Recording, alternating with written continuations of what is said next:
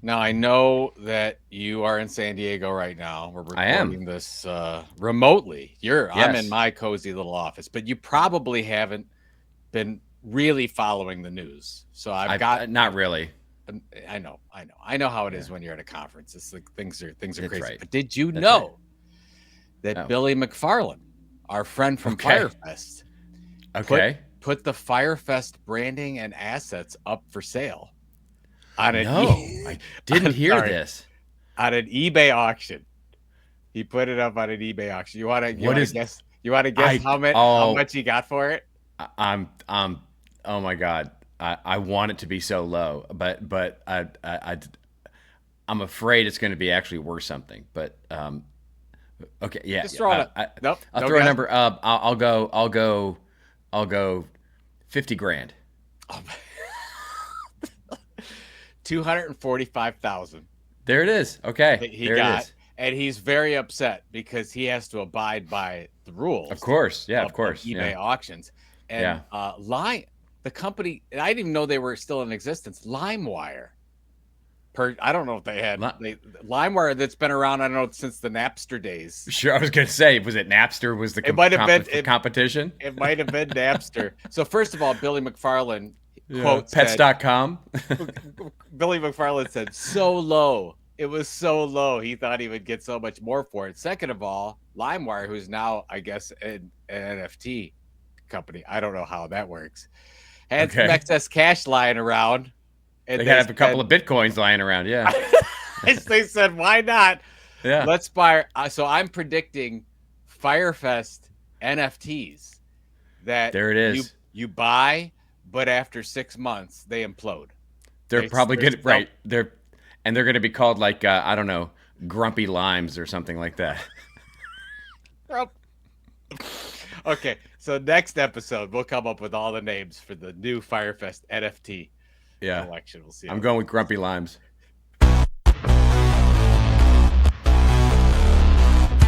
And now, for your listening pleasure, here's Polizzi and Rose, covering the week of media, marketing, and digital content news. Take it away, boys. Well, hello, friends. Welcome to This Old Marketing. I'm remote today, proudly brought to you by the HubSpot Podcast Network, the audio destination for business professionals. And of course, I'm Robert Rose. And with me, as usual, is my pal, my colleague, and a guy, well, who apparently isn't having nearly as good a September as Mr. Larry Ellison, Mr. Joe Polizzi.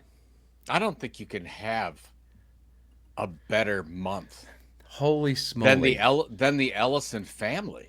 Yeah. Oh my They're God. tearing it up. They have had quite the summer. That's for sure.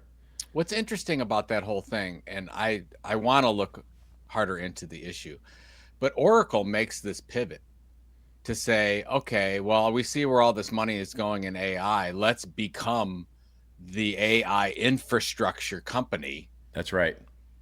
And not that that's like the greatest move in the world, but I mean, they made the obvious move. They saw where their money was going, and now Oracle, who you could have said 10 years ago was just one of those technology companies that would never be a part of the Magnificent Seven or whatever you call it Sure. now. Sure. And now they seem to be right there. And now, and then I guess what? Larry Ellison is going back and forth with Elon as the richest person in the world.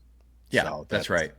It's amazing. I used to tell this story in the beginning of my one of my content marketing classes where I would talk about Oracle because Oracle has always quietly sort of, in the background it seems making gajillions of dollars, right? Yep. And I used to say, everybody knows what the top 10 movies were this year. Everybody knows what the top 10 television shows were this year. The total revenue of the entertainment business doesn't even equal half a quarter of revenue of the entire of what Oracle makes.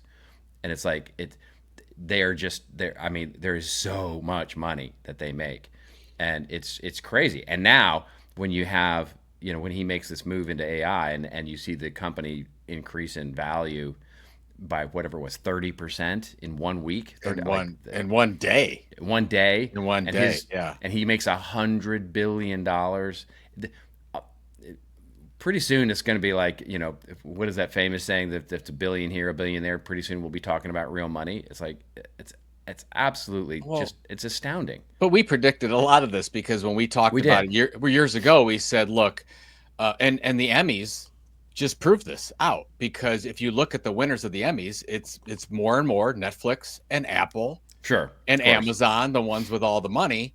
And I don't know if you heard Pivot, but Scott Calloway was saying the Ellison family could buy 15 Paramounts. That's right. In just that day's game. That's right. So he was like, how small media really is. Right. He said to his son, get out of the house and go play in the street, and here's a little plaything called Paramount to go play with. I want me some media. Can you go buy me some media? And David said, yes, Daddy. I'm gonna get you some media right now. Oh my God, here comes your Tennessee accent again. That's not Tennessee. That is a rip on all Tennesseans. Yeah, it is not. What is that? What is it? Well, it's Alabama, maybe Alabama, Mississippi, maybe Mississippi. Yeah, maybe, I don't know. I'd like me some media, Daddy. Can you get me Mississippi some for sure. media? Yeah. Anyways, no offense to anybody, but I enjoy doing that. No offense to anybody. I enjoy doing horrible impressions. Actually, did you see on one of our YouTube comments, somebody said, "Keep up the jerky boys." Like, oh, okay. Well, I forgot my glasses. My glasses and my shoes. And my shoes got mixed up with my glasses, and now I can't see with my shoes on my head. That kind of thing. Yeah. And I'm 3 coffees in, and you just woke up because you're in California. Well, I'm a couple of coffees in. I had to wake up early here in Southern California to be able to get on the road, so it's early. But I'm caffeined. I'm caffeinated. And you had to do this show. We always genuflect to the show, right? Genuflect to the show. It's the most important thing. It's the most important thing in the world. Genuflecting to the algorithm is what we do. That's all we do. We do that. So, you were at Content Marketing World. Congratulations. This week is Content Marketing World. You had a good crowd. Things were good. Yeah. So, it's a good show. It's an entirely different show, I would say, than what you and I were used to. Let's call it pre-COVID, just to draw a line in the sand.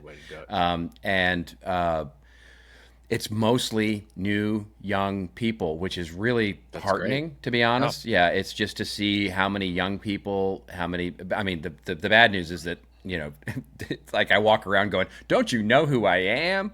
So, other than that, it's lovely. It's lovely to see how many young people are here. And this year, for whatever reason, last year, similar, same city, similar setup.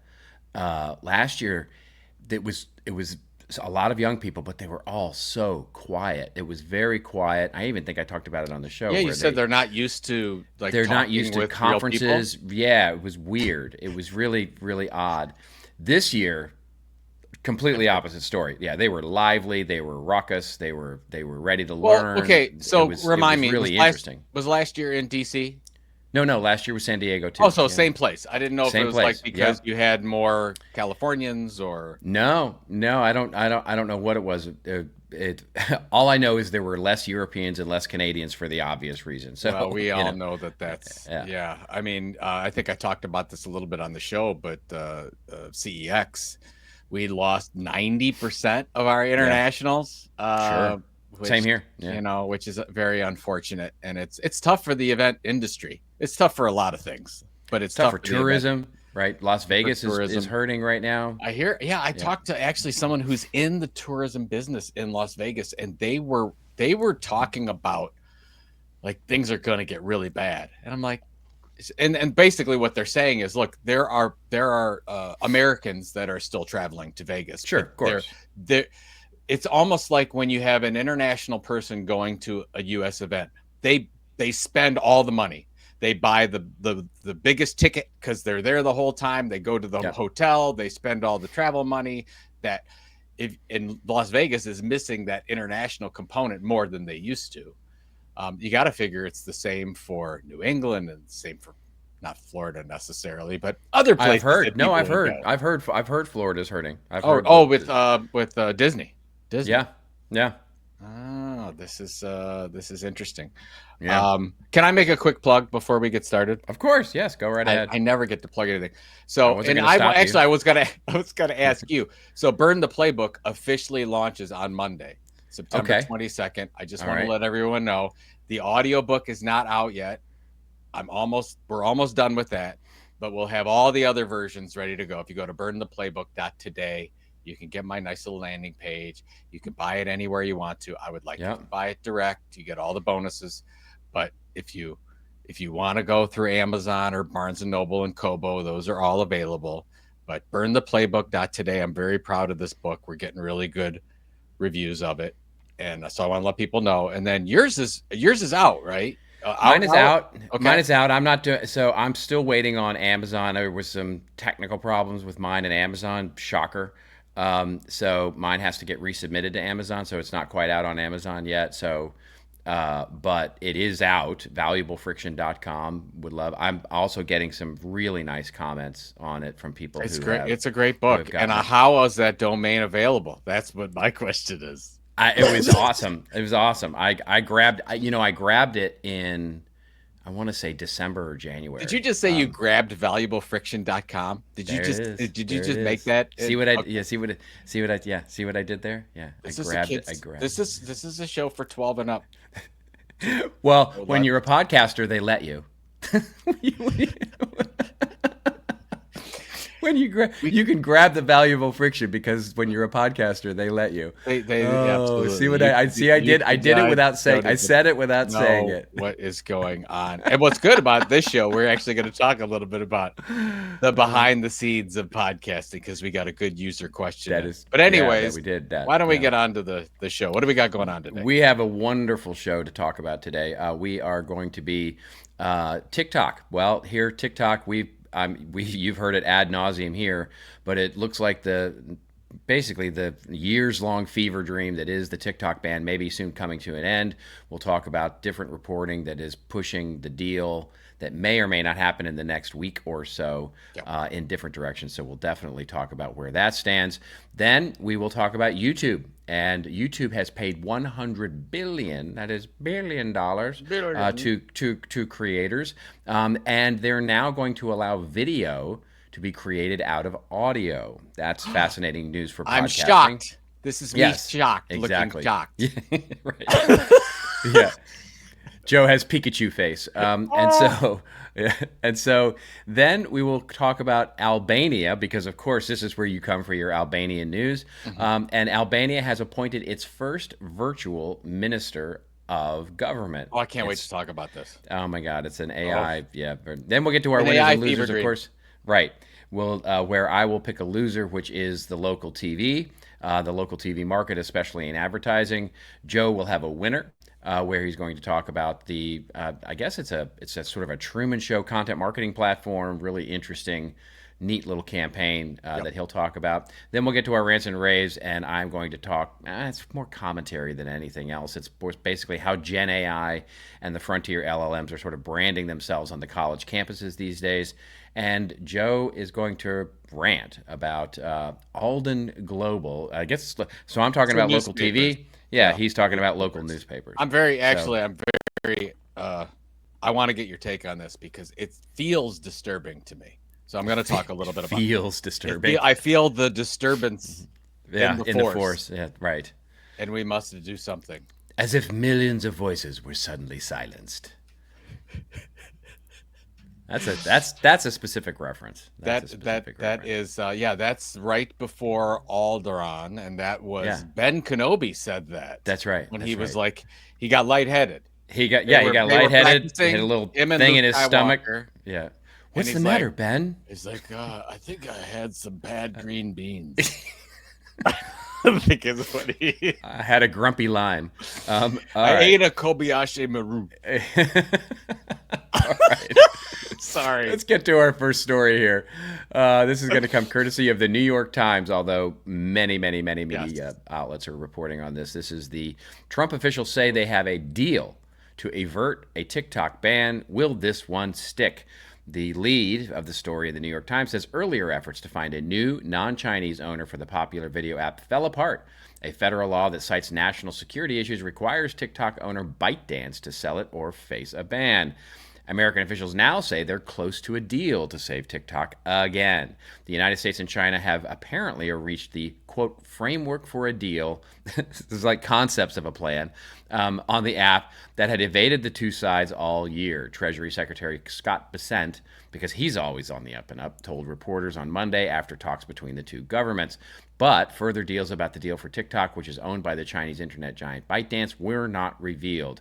The president of the United States will talk on Friday to complete the deal, apparently. So this is fascinating because there are other folks that are presenting some let's call them alternative takes on this. I would love to get your take on this first because I definitely have some thoughts. So this is the fourth move back of the deadline. Yeah, right. The Which fourth is move very of the hard. goalposts. Yeah, It's very difficult to negotiate when the goalposts keep moving. that is true. So I believe, and I don't think I'm going too far into conspiracy theories here. I think basically there are a group of companies that that have a lot of money, and Yeah, that money, Oracle being the one. Oracle being one, Yeah. that has said that we will put a package together. My guess, though, this is where I wanted your take. So, anyways, something will happen. ByteDance, a good portion of it, according to this article, says 80% will go into these American companies, Correct, with big pocketbooks that will take over something of ByteDance. But I have a feeling because the Chinese ownership and the government of China hasn't really had to do anything but wait. And they haven't said anything either. By the way, either. Yeah, they haven't said anything. I'm under the assumption that it will still be under Chinese control. That is my prediction. That yes, there will be services and hosting and some other things, but lo and behold, at the end of the day, nothing changes. Yeah. How about that? Well, okay, so I agree with you, except that's not what they're saying, right? So no, that's not what they're saying. That's not anything like what they're saying. I think so. What seems to be so, Ars Technica is also doing some really good reporting on this, and their take and the sources that they've talked to have said, okay, one, it's the group that you just mentioned is Oracle plus Andreessen Horowitz plus one of the other VC companies, and basically all the other venture capital companies that have put money in prior, and then of course the American employees who also, of course, have shares as part of their employment agreement. So that's sort of the group that would take over. There would be an 80% board, basically made up of an Americans, so they would make up 80% of whatever the board is and leadership of the organization. That what I understand is that the American version of it would require, because remember we asked all these questions when we talked about this. Right. That we said, well, is it going to be another app? Is it going to be a whole separate site? Is it going to be a whole separate thing? Yes, apparently it would be a separate app that you would have to download. It's completely unclear whether or not the American creators have to create a separate account or not, but it doesn't mention that. And if not, it gets to the other part, which is we Americans, the U.S. group, does not get the algorithm. They do not get the algorithm. And so the take that seems to be that basically the U.S. has, chickened out. Apparently tacos are really good for lunch, and basically has said that it's okay. They'll license parts of the algorithm apparently to the U.S. company, which is very interesting. So to me, when I add all that up and I look at sort of the details behind button pushing and what's going to happen, it's theater. It's all just theater. You've said that, and we've said that for the longest time. This is just sort of now it's the end of a 4-act play.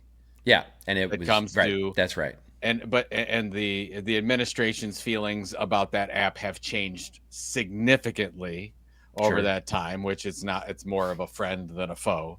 So they just want to let this go. Everybody, we want to look. They want to look like they're this is like a pro-American deal, and at the end of the day, it's a big nothing burger. Yeah, I think it's going to be theater. I don't think you're going to see, if it goes through, and it'll be really, because By the way, continuing the Why not? sort of role here, ByteDance hasn't said one way or the other that this is what they want. They've never and the way really it's gonna said go. anything. They've never said this is anything. just They don't other need to. people on Yeah. ByteDance's behalf. They don't need to. Yeah, they don't need to. And so what it looks like to me is sort of a glorified licensing deal where basically they would say, "Hey, we're going to, and we predicted this.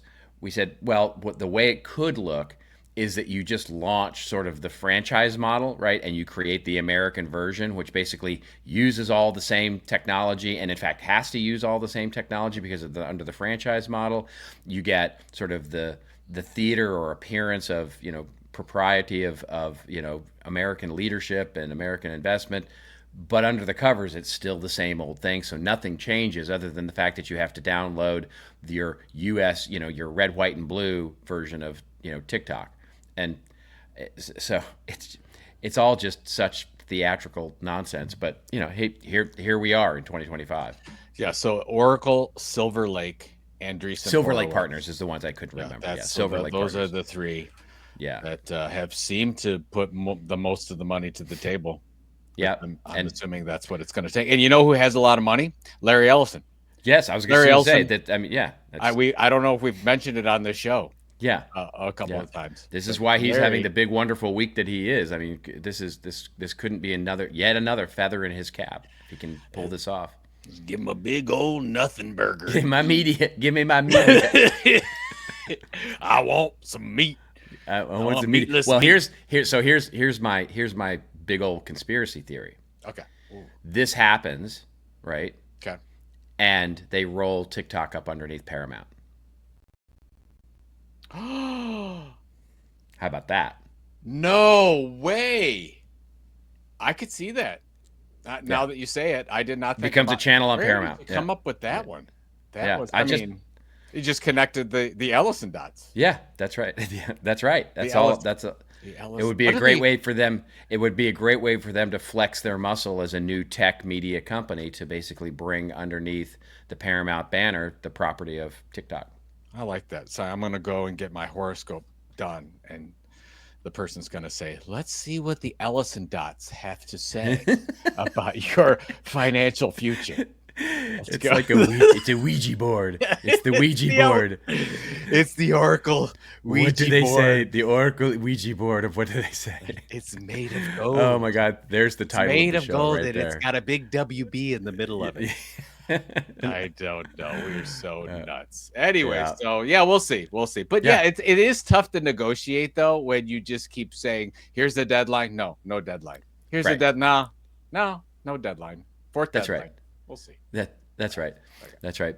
All right. Well, I think this is as good a time, if any, as for us to kick off some yacht rock. Is this our last? No, we have one more. One more yacht rock, and then we're already thinking about the next one.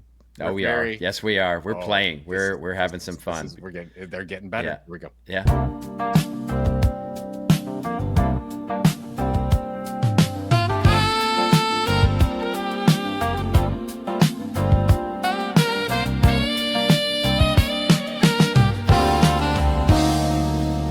Started out with nothing but a mic and a vibe. Two dudes in a basement trying hard to survive. Told ourselves we'd keep it real and weird and free, and threw our soul on a 30-second ad retro. We're just paying the bills. Got a yacht rock beat and some corporate chills. If you hear smooth jazz over park jets plugs, that's not a sellout, it's a financial. Yeah, we're just paying the bills, singing love songs to our vendor deals, from email drip to HubSpot fills. We keep it breezy while the algorithm stays.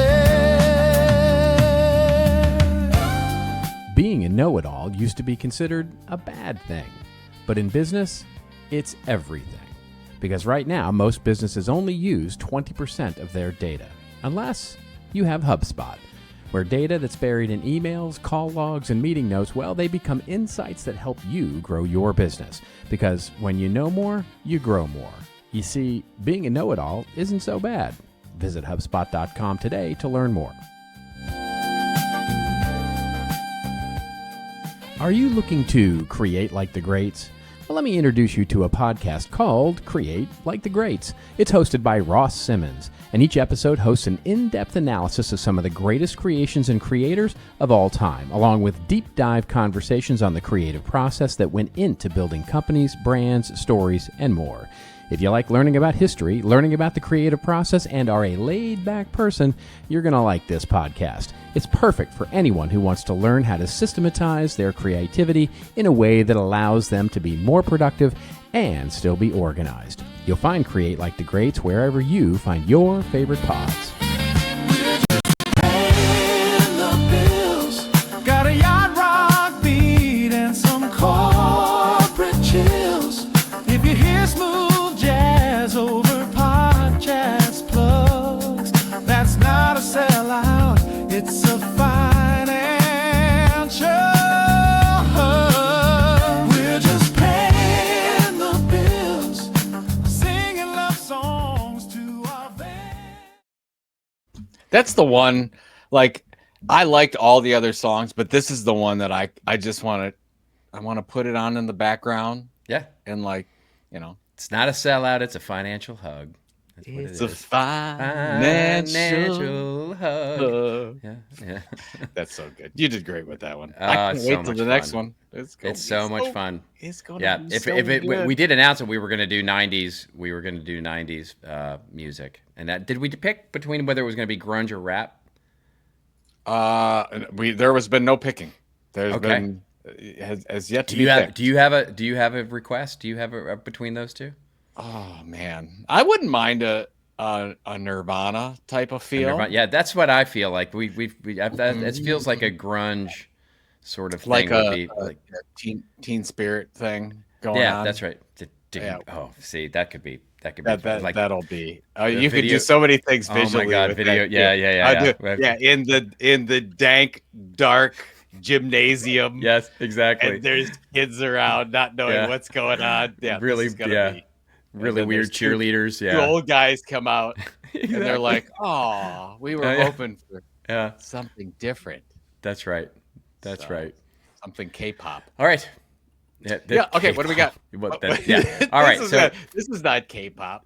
this is Chuckle pop. We have some fun stuff to talk about with YouTube. So there's a couple of stories we're pairing together here. The first is it's just kind of more of an announcement more than anything else, which is that YouTube sort of announced and said that they have, I guess it's more of a flex than anything else.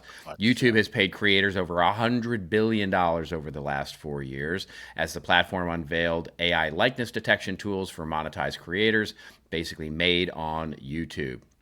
So over the past 4 years, YouTube has paid creators, artists, and media companies over and let's be clear, media companies being the biggest bucket there, over $100 billion, which was one of the biggest headlines during the platform's Made on YouTube event on Tuesday. Made on YouTube has become the platform's annual conference for tech updates that are coming for creators, and this year, it was all about AI. Another major headline: soon, every monetized creator on YouTube will be able to use AI to tell if someone is making unauthorized content using their likeness. I think that's a really, really smart move. The company announced that AI-driven likeness protection technology will be rolled out globally to all creators in YouTube's partner program in the coming months. The other one, which is another story that is also featured in the actual, not in this particular article, but in another particular article, which we want to have a little bit of chat about, is that YouTube is now going to allow video to be created out of audio. And this is coming courtesy of actually YouTube themselves, their blog. Basically, they said, if you scroll down, get to the sort of meat of the story, AI can help creative people everywhere share their stories. So we're making creation on Shorts, and I guess it's going to be limited to Shorts, at least here in the short term. We've started integrating Google's DeepMind Veo 3 fast which, by the way, having some experience with all of this, is the worst of the video generators, into YouTube Shorts so that you can easily create video backgrounds or clips with sound and for free. A new capability powered by Veo allows you to apply motion, restyle videos, and add props to your scenes.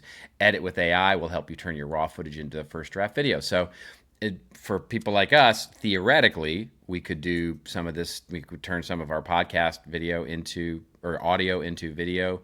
We don't really have that challenge, but I think this is a really interesting feature. What are your thoughts on both those topics? I think the most interesting to me, and they're bringing all of Google's Play tools together, that's right, which makes perfect sense. But what I find most interesting is, and TikTok does this, and Instagram does this, and YouTube never really has done this before, where they want you to not only create but edit and do all of it on YouTube.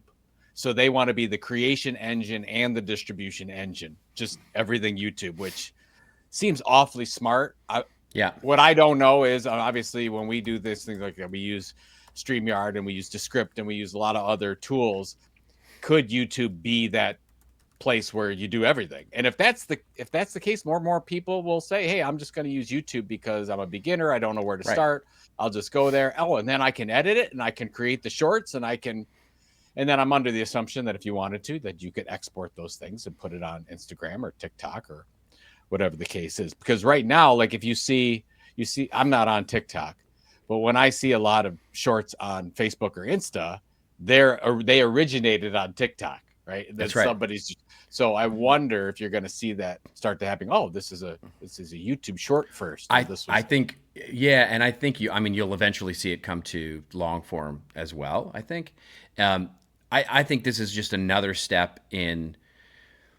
I think it was end of last year, maybe, that YouTube surpassed Netflix to be the number one streaming network out there with, number of views and number of streams. So to me, this is another step in that direction. It seems to me that YouTube, really, their desire is to really position YouTube as an alternative to watching that big flat screen that hangs on your wall, basically a television streaming network like Netflix or Apple Plus or whatever it is. And this is just the way that you get your content. And I'm hearing that more and more, right? You and I, and we can talk a little bit about this because we actually got a question from a viewer. You and I have doubled down, tripled down on both the personal side on our marketing as well as this podcast side into YouTube. Yes. And I can tell you from the people that I speak with, like my younger niece and younger people, YouTube's just another channel on TV. And they watch shows, they watch podcasts, they watch, all those kinds of things, including, whether it's Joe Rogan or whoever it is, they watch it on TV. That it's part of their nightly, sit down on the couch and get some popcorn and watch YouTube. And if you think about that for a second, it becomes much, the business side of it, right? When you start thinking about, well, we could just, obviously you're competing against some of the biggest entertainment names out there. So, two chuckleheads like us aren't going to become huge or anything, but you can develop your audience, build your audience, and, and have your show, have your owned IP, on a show there. Yeah. I do want to get to the question because it's very relevant to what you're talking about. But the two comments I have on this big marketing push from YouTube, which was really a PR push, is they are trying to build the case that they are a little mini economy by generating so many billions of dollars and whatever. And again, the antitrust thing just got settled with Google, and they're cognizant of it could happen again. You change an administration, it could absolutely happen again. So they want to make the case that this is important for the U.S. economy. Like, you need a strong Google and a strong Alphabet and a strong YouTube. So don't think that this is they are thinking absolutely that this is important for this is kinds of stakes. Don't make any mistake. This is marketing, right? Oh, it's absolutely marketing. It's but the one thing that I was intrigued it's a marketing flex is what this is, yeah. But the one thing I'm intrigued with, which I think that we'll do for the show, because right now we post this video to this old marketing channel on YouTube. Yeah. But we don't tag, like you have your own channel and I have my own channel. You'll now be able to tag you and I as a collaborator, which I like, so that you sort of get a little bit of help from I didn't those see as that. well. That's awesome. So like, for example, if you're doing a joint project with another creator or another marketer, you can now tag both on the initiative that you're doing something. Cool. And I think that from a marketing standpoint, that probably will help, because it'll show up on both those channels as well. Give a little credibility depending on who's in it. You can tag up to 5 collaborators. This is what I watched their little PR video that they were talking about it. So anyways, thought that was interesting. We'll see how that goes. But I could see from a marketing standpoint, that would be very helpful. 100% yes. 100% yes. Yeah. Getting those cross-linking, I think the kids call it. Yeah. Cross-linking.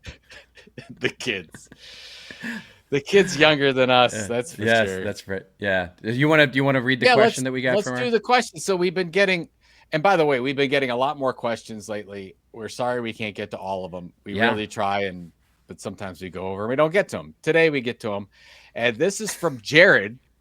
And Jared sent the question. Not the Subway sandwich, Jared. Not that guy. But Jared's name was spelled interesting. And I asked Jared, I said, if we do this on the show, how do you pronounce your last name? And I believe phonetically it's Luttjeboer. Jared Luttjeboer. And by the way, Jared says that Luttjeboer is Dutch for little farmer. There you go. Did you know that? I didn't know that. Farmer. So I did not know that. I now know that. You are my Luttjeboer. My little, I don't know. This is terrible. Terrible show for acting. Okay, here we go. You're going to do Italian accent there? Yeah, okay. My little farmer. My little farmer. My Luttjeboer. That's it. A Luttjeboer, an amore. Okay. Basically, Jared says, to get to the serious question here. He wants to get our perspective. Says there's a lot of buzz right now that YouTube represents the future of podcasting. I currently produce an audio-only podcast on church history. Yeah, great for Jared. Really, really good stuff. And then basically says shifting it into video would be quite difficult. And honestly, feels the format works best for the niche audience it serves. So, Robert, how do you see the balance between audio-only and video podcasting playing out in the future? Do you think an audio-focused show can still thrive? What do you think? I do. I do think an audio only show can thrive, depending on how you define thrive, right? So what Jared said there was really key. He said it's a small niche audience that the best experience in his mind, and I'm assuming by best experience he means it's probably an older crowd. It's probably not really relevant. Whatever it is they're talking about isn't really relevant to making a video show out of it. What I would suggest is that shouldn't exclude video from being part of the way that you market the show. That's right. So one of the hardest things to do that we've learned the hard way over our 15 years of doing this is that it's incredibly hard to organically grow an audio-only podcast. It's just, discoverability is just not easy. And it's just not easy on Apple. It's not easy on Spotify. Right. It's not easy on Google Play. It's not easy anywhere. And so one of the ways that you might think about promoting this audio-only podcast is to create clips. Whether you use YouTube Shorts, whether you just use video, whether you use Facebook or Instagram, which sounds like might be a little more appropriate for this particular podcast, then I would suggest that video promotion and or video clips from the show promoted through Facebook, promoted through YouTube, could help you build the audio audience. But if your anchor is your audio, then your anchor is your audio. There you go. I think you hit the nail on the head. I think that it's all about marketing. Now, we have seen over the past 6 months that we now get more views, if you will, through our podcast on YouTube. Yep. Because we're putting out a lot of video. We put out 4 or 5 clips every week. Some of them get 2 views, and some of them get thousands and thousands of views, depending on what we're covering. The algorithm and the algorithm or whatever. So you've got to test it. We've got a couple good people really helping us with that, so that's awesome. But yeah, I think it's all about marketing. So if you want to grow that show, now when we started this old marketing, we had the benefit of a very large email audience. Yes, And that where, also is a big piece of this. Well, you mentioned this, I think it was on the last show. Like if you, like podcast is generally not the first thing you start as a creator or marketer. The first thing is probably an email newsletter or a video show or something that has some kind of discoverability, or you have a first party database that you can target. And then your secondary distribution or your secondary show could be the podcast. Then you get people to go to that, that's where we got our initial audience. But then once we got our initial audience, we probably stayed the same for 5 years. I mean, we're going down, but we're just like, that's our audience. We don't pick up a lot of new. And now we're starting to test with video. And we're seeing actually a lot of people are just watching or listening to the video now. And maybe we're doing that on purpose because we've got the video ads that we're doing. Well, it's like that there's that, and then feedback that I've gotten from our audience, which is those that, and I've asked, I'm like, what do you think? All those sorts of things, and this is I take this as the highest compliment actually, is that a lot of people listen to our show, as an example, as sort of pleasant noise in the background, right? They're taking a walk, they're commuting, they're in their garden, they're whatever it is they're doing. We are the sort of nice thing to listen to in the background where they don't really have to pay attention very much, which is great. I love that. I love that we're sort of a comfort food in that particular regard. But that lends itself more to the audio version, right? It lends itself more to a player because you're going to listen on your headphones and you're going to be, or you're going to be listening in the background. Or these days, and this is where YouTube I think really shines, is it becomes.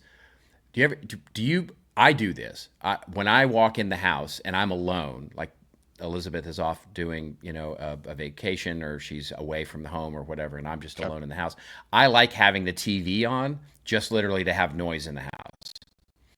And so I think a lot of people are like that, where and it used to be you just turn on the TV and whatever channel was on, or you'd put on some music or whatever it was. But I think in many cases it's going to be like this, right? Where you're just puddling around the house and you put on the YouTube. Yeah, I don't do that. We only watch shows on the big telly for sports. Yeah, we don't watch, and we don't watch episodic TV or anything like that. You don't watch any streaming shows at all? No, we don't watch any. I watched the Yacht Rock documentary. I watched the Billy Joel documentary.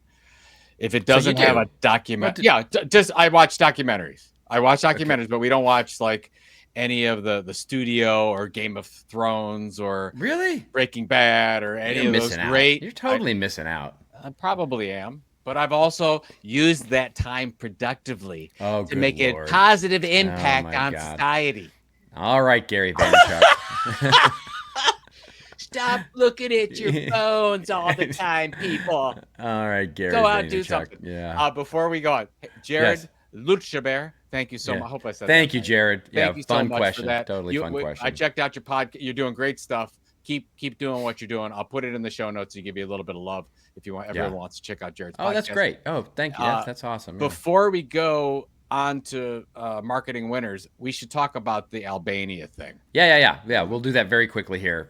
This is basically coming courtesy of Politico and the European branch of Politico, where the headline is basically Albania appoints world's first AI-made minister. Diela is his name, I'm guessing, who is powered by, let's call it Diela is their name. How about that? I think Diela prefers different pronouns. Who is powered by artificial intelligence, will handle public procurement, apparently.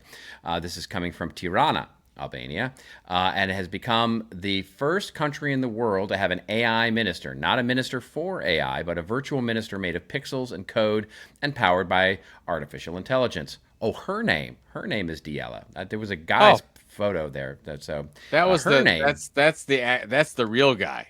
Yeah, that's Eddie Rama. Eddie and Eddie Rama is the So you know what's so funny? Eddie Rama sounds more like an AI name than Diella does. So anyway, her name is Prime Diella. Minister. That's the Prime Minister of Albania.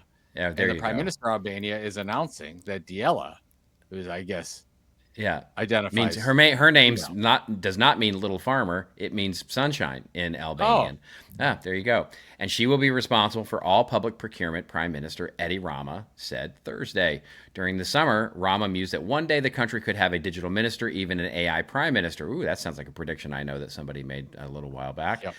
At the Socialist Party Assembly in Tirana on Thursday, where Tirana and Rama and Yana and Bama and Lama and Kama it's announced where ministers would get the chop.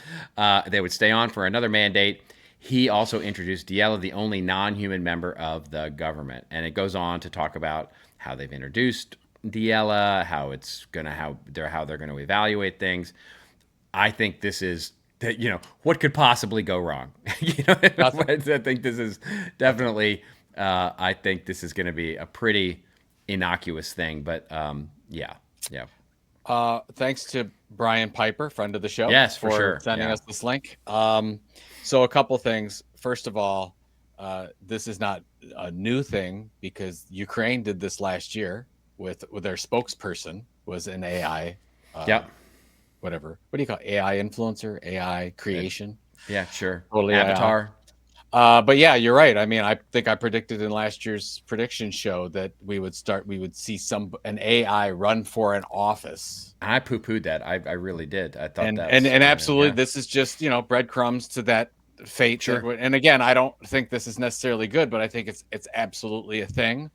Right. Where it's funny because one of the we talked about consultants even because you're in consulting. It's like, oh, okay, what do is it? They want human? Do they look more to AI? But you're seeing companies like Gartner just get crushed today because the Wall Street thinks that those business models are in jeopardy because of AI. We'll see how it turns out, but obviously, having a future in politics could be.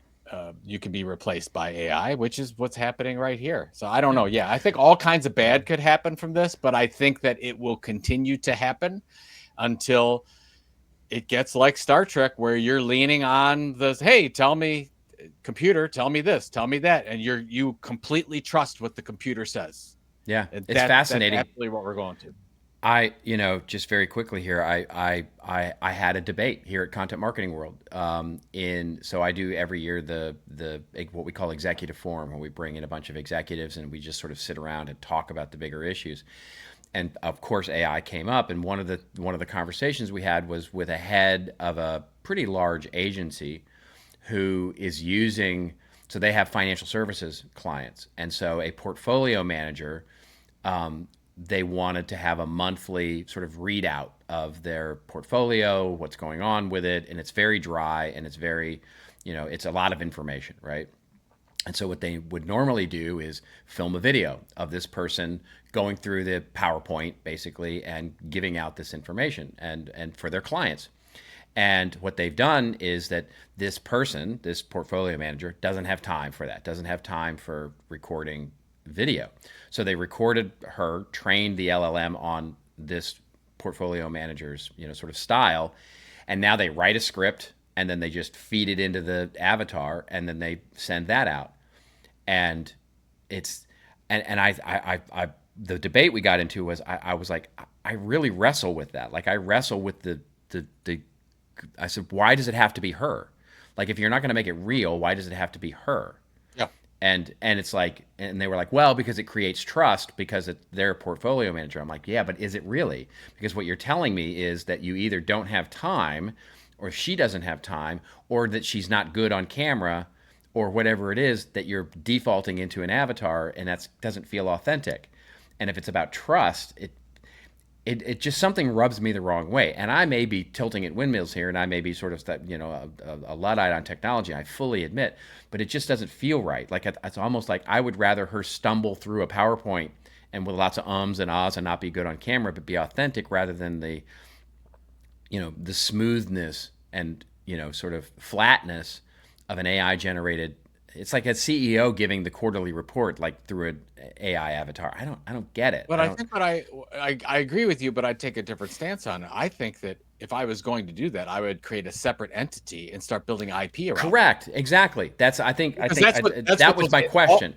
all the AI influencers out that the companies that are creating AI influencers, they're building IP. They have millions of followers, and they can and they can sell sponsorship and generate revenue from that, separate from any individual. That was my point. That was my point. Was like if you're trying to create trust, but also express that you're ahead of the technology and that you recognize that this is stuff that has to be, it's not like poetry. Like it's not like an Emmy award-winning performance. This is a report on the portfolio performance, right? Yeah. So why not just create a portfolio performance manager, right? That is AI based, that you can consume, you can listen to it on a podcast, you can watch it on a YouTube video, et cetera, et cetera. I get it. Why go to the effort of faking it, right, with her? That was my question, because that's where the gap is for me. Yeah. I think it would be funny. You get like a Delia, and so make it really like human, and it's like, and then Delia burps and says, "Oh, excuse me," like, like really go. If you're gonna go for it, go for it. Your PO has been denied. Stuff. Your PO has been denied. Earl we Grey. will pay net Earl 60. Grey hot. All right. All right, let's get to our winners and losers, where Joe and I pick a winner from the last week of marketing or a loser from the last week of marketing. And would you like to go first? Yeah, mine's really winner? Quick. I'll put it up on the screen since we're really kind of promoting all of our video stuff. This is from Creator's Friend, which I was not aware. This is an Australian company. Thanks to Michelle Peterson Clark for sending this over to us. So Creator's Friend, they actually create notebooks for neurodivergent, ADHD, people have trouble concentrating. I was actually going into it. I was quite fascinated, so I'm going to do some more research on it. But they created a show, a campaign, if you will, called The Friend Show. And they say that it's akin to The Truman Show, and it's kind of cringy, where somebody's trying to sell something around. If you remember how The Truman Show, they'd have these with Jim Carrey product placement, product placement that was sort of cringy. This is what they've done that. But it's more like The Office, in my opinion, because I watched some of these. Yeah. And what I love about it is, so if you get a chance, look at it. It's really interesting. It's kind of fun. But what I like about it, it's all the employees that they've done. They haven't hired any actors for this at all. Yeah. All the employees of Creator's Friend. And I think that's where the win is. All of the people involved, they get their chance to be themselves, and they're on. And then you have I think it's the CEO or the founder, who's sort of the main character pitching all this stuff. Yeah. And they're like, what the heck is going on? And this is really weird. So, you know what? I don't know how it's going to end up, but I didn't know about it before. And now I do. And now I'm kind of enthralled with these with these notebooks that they've got going on. So something's working. Yeah, I like it. They're doing something different. They're trying something. They're taking a little bit of a risk. They're leveraging their employees to do it. I like it. Here's the thing that I love so much about that is that it reminds me very much of that series that I think it's still on, that the car dealership. I think is it Montauk or Mohawk? Yeah. Chevrolet, I think it is. It's something and like they're that. doing yeah. it. They do like an office-like series of them behind the scenes at a car dealership, which is also very funny and very effective. And then it also reminds me, and I use this example in my workshop at Content Marketing World and we talked about it on this show, Built, the financial services company that's doing Roomies, right? They do the reality TV series on Instagram. Yeah. So it's a trend I think we're starting to see, is these bigger bet content, bingeable series, bigger bet content, elements that aren't, they aren't small ball assets, right? That AI can duplicate. Is that, you can't duplicate like this Truman Show sort of Roomies thing, whatever it is. AI can't duplicate that. That's all about creating fun, interesting arcs, stories, etc. So, and by the way, just so you know, they put a little bit of money behind promoting this. They did the press release. Yeah. They got of course reporters. They did. Hey, we're launching this thing. So again, it's you spend about 2/3 on the marketing of the content. Yeah, and you'll do much better. So yeah, there you go. All right, what do you got? I got very, very, very quick loser, which is local TV. Local TV, this is the article we'll link to comes from TV Technology. And the headline is that local TV has lost more than half of its media spending market share since 2017. It's like, Ouch. you watched it happen in newspapers. Now you're watching it happen to local TV. So local TV accounted for only 6% of total media spending through June 2025, down 13%. In 2017, according to Guideline. As broadcasters push to end ownership caps, they contend that hurt their competitive position. New data from Guideline provides some depressing details on just how much the local TV ad spend has declined as a percent of the overall advertising market. And it goes on to go through some things. And the reason I picked this, not only because I'm a fan of local TV, is also because I'm living it right now. So a lot of my clients that I'm working with right now, I'm working with smaller businesses that do local TV ads. So I've gotten reintroduced. Like, I used to do TV advertising back in the day. I worked with Nielsen ratings, and I worked with marketing materials, and I did media buys and all that sort of stuff with I've been there, television. sweetheart. Welcome I've to seen Hollywood, the days. kid. Yeah, I've seen the days of black and white television. I used to love the tubes coming out of my TV. Oh my God. There's a joke right there that I cannot do. I cannot do right now. Look at my anyway, tubes. yeah. Sorry, I didn't mean to interrupt. You're doing a very, very good rant. Anyway, so it was basically, I'm living this right now because my small and medium-sized business clients do some local TV, and I can tell you, it works. It's definitely working. It's also cheaper than it's ever been. I mean, it's astounding that you can pay hundreds of dollars to do a local TV ad. Now you got to produce something worth watching, and you got to put some money into that, but that's easy enough done these days. And if you can figure out how to buy stuff, and it's interesting because it coincides, by the way, with Netflix. And I haven't tested this out yet, but I'm planning to. Netflix has said that they're going to start making media buying through Amazon, which is, it's bringing down and democratizing the ability to do what we would classically call television advertising. And I think there's an opportunity there for someone to figure out a way to democratize local, hyper-local TV buys, that you don't have to actually go to the individual networks, that you can actually do it. And I think there's a very interesting business model to be had there. We'll see what happens. And I don't know anything about that, but I thought that there was something out there already like that. Oh, there is. There are agencies and there are services that will let you do a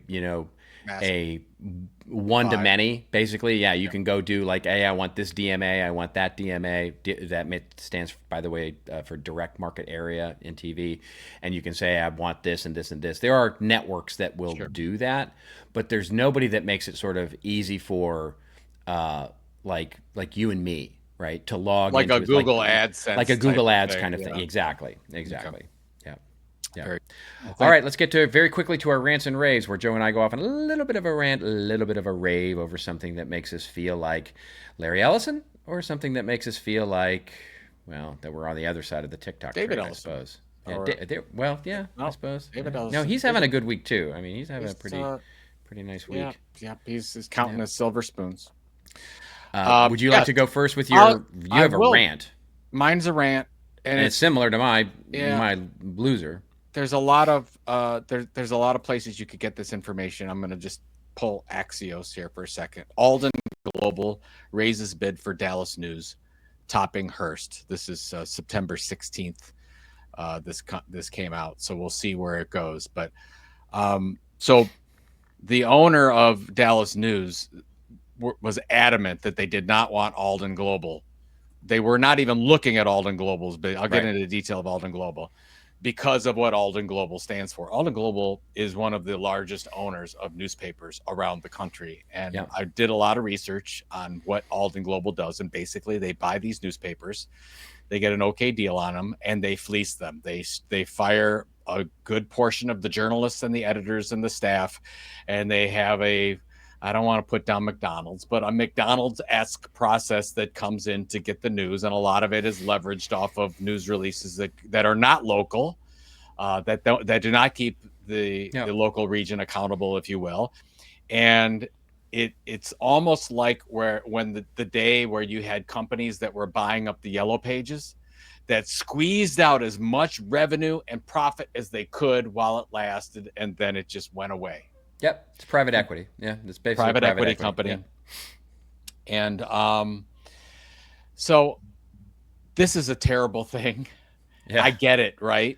This is a profit motive over everything else. It's a private equity company. That's what they do. They're trying to look for leverage deals that they can make a lot of money in the shortest period of time.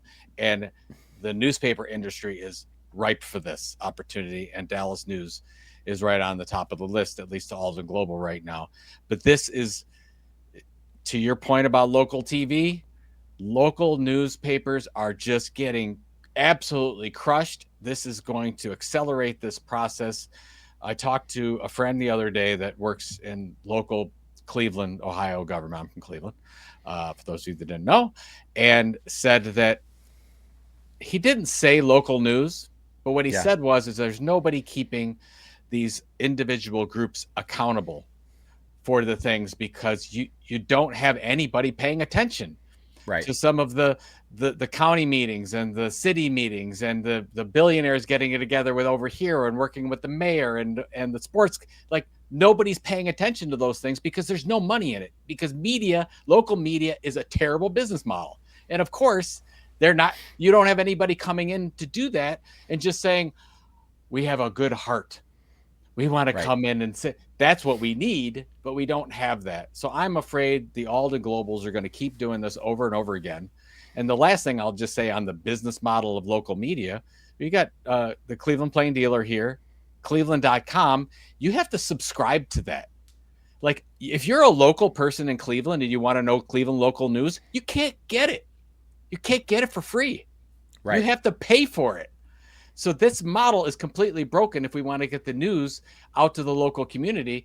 And since that doesn't happen, you know what happens? You get these national news headlines that just flood and everybody gets those throughout their social media feeds, and we focus on those and we polarize through those, and we don't get the real news that matters to our local communities. Right? Yeah. There you go. Yeah, no, that's good. I mean, I grew up with Dallas Morning News. I mean, that was my newspaper as a kid. I mean, but so I grew up in Dallas, and Dallas Morning News was sort of that paper of record for the entire Dallas area. It's where I read the sports section every Sunday, with the Dallas Cowboys and all of that. And I have the same feeling about that I'm sure the folks in Atlanta, we talked about the Atlanta Journal-Constitution going through something similar. And going Chicago Tribune, and it's happening everywhere.